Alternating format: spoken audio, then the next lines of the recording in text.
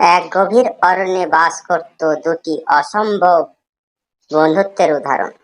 একটি বিশাল হাতি এবং একটি ক্ষুদ্র খরগোশ। হাতিটির নাম ছিল গজরাজ আর খরগোশটির নাম শশী। তারা আকারে ভিন্ন হলেও তাদের মধ্যে ছিল অটুট বন্ধুত্ব। একদিন গজরাজ অরণ্যে হাঁটছিল। তার বিশাল শরীর দিয়ে মাটিতে শব্দ করছিল। অন্য প্রাণীরা দূরে পালিয়ে গেলেও সাহসী শশী গজরাজের কাছে এসে বলল, তুমি এত বড়, কিন্তু কি তুমি আমার বন্ধু হতে পারবে?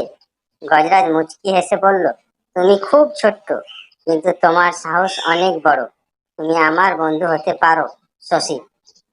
এরপর থেকে তারা একসাথে অরণ্যের পথে হাঁটতো, গল্প করত এবং একে অপরের সাথে সুখ দুঃখ ভাগাভাগি করত।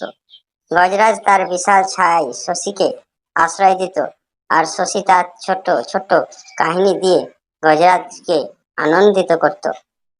একদিন অরণ্যে এক ভয়ানক খরা নেমে এলো।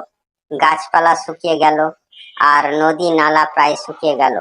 অরণ্যের সব প্রাণী পানি না পেয়ে দুশ্চিন্তায় পড়ে গেল। গজরাজ এবং শশী ভাবতে লাগলো কিভাবে তারা সবাইকে বাঁচাতে পারে। গজরাজ প্রস্তাব দিল, আমরা যদি অরণ্যের গভীরে যাই, তাহলে হয়তো কোনো গোপন জলাশয় খুঁজে পেতে পারি।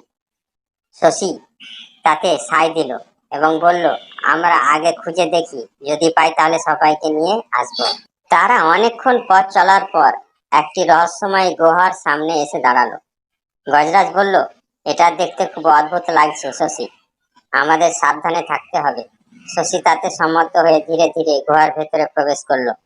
গুহার ভেতরে তারা দেখতে পেল একটি ছোট্ট জলাশয়, কিন্তু জলাশয়ের কাছে যাওয়ার জন্য ছিল এক সংকীর্ণ পাথরের সিঁড়ি। গজরাজ তার বিশাল শরীর নিয়ে সিঁড়িতে ওঠার চেষ্টা করলো, কিন্তু তার ওজন নিতে পারছিল না। শশী তাকে বলল, গজরাজ, তুমি এখানে দাঁড়াও, আমি জলাশয় থেকে পানি এনে তোমাকে দেব।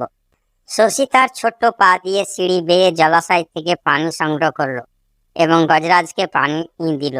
গজরাজ তাকে ধন্যবাদ জানিয়ে বলল, শশী, তুমি আমাদের সকলের বাঁচার আশা। গজরাজ এবং শশী অরণ্যের সব প্রাণীকে ডেকে নিয়ে এলেন।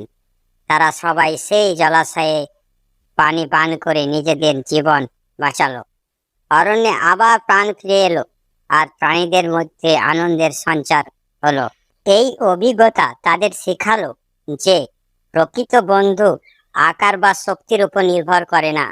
একে অপরের প্রতি সহানুভূতি এবং সহযোগিতা, এই দুটোই হলো বন্ধুত্বের আসল মাপকাঠি। এই গল্প থেকে আমরা শিখতে পারি যে বন্ধুত্বের কোনো মাপকাঠি নেই। ছোট বা বড়, প্রকৃত বন্ধুত্বে থাকে এক অপরের প্রতি সহানুভূতি এবং সহযোগিতার মনোভাব। আর এইভাবেই গজরাজ আর শশীর বন্ধুত্ব হয়ে গেল অরণ্যের মধ্যে এক কিংবদন্তি, যেখান থেকে সবাই শিখল বন্ধুত্বের শক্তি কতটা বড়। বন্ধুরা, এই গল্পটা যদি তোমাদের ভালো লেগে থাকে, তাহলে একটি লাইক দাও, আর পরের আর একটি গল্প শোনার জন্য চ্যানেলটিকে সাবস্ক্রাইব করে রাখো।